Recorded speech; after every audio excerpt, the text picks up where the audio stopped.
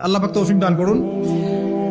ইনশাআল্লাহ আজকের লেকচার যাদের কানে যাবে, আমরা যদি না খেয়েও মরে যাই, আল্লাহ পাক না খেয়ে মারবেন না ইনশাআল্লাহ।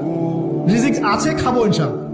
কিন্তু হয়তো বা অভাব হবে, টাকা পয়সা একটু কম হতে পারে, অন্যের 10 তলা ফ্ল্যাট হবে, আমার হবে না, ঠিক আছে, অন্যের এত বিঘা বিঘা জমি আমার হয়তো হবে না।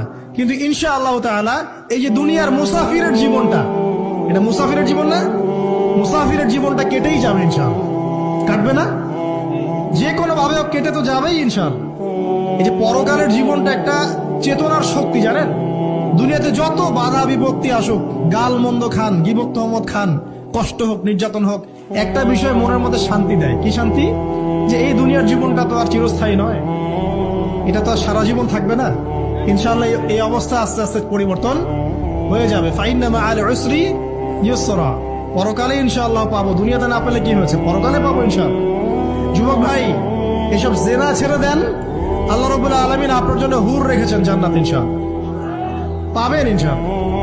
এটা ছেড়ে দেন, সুদ ছেড়ে দেন, আল্লাহ পাক আপনার জন্য হাউজে কাউসার রাখছে ইনশাআল্লাহ, ঠিক আছে। অন্যায় পাপ ছেড়ে দেন, আল্লাহ রাব্বুল আলামিন আপনার জন্য জান্নাত রেডি করে রাখছে ইনশাআল্লাহ। এই দুনিয়ার জীবনটা ধোঁকা, একটা ছোট্ট জীবন, পুরা ধোঁকা, কিচ্ছু নাই এর মধ্যে। আমার কথা শোনেন।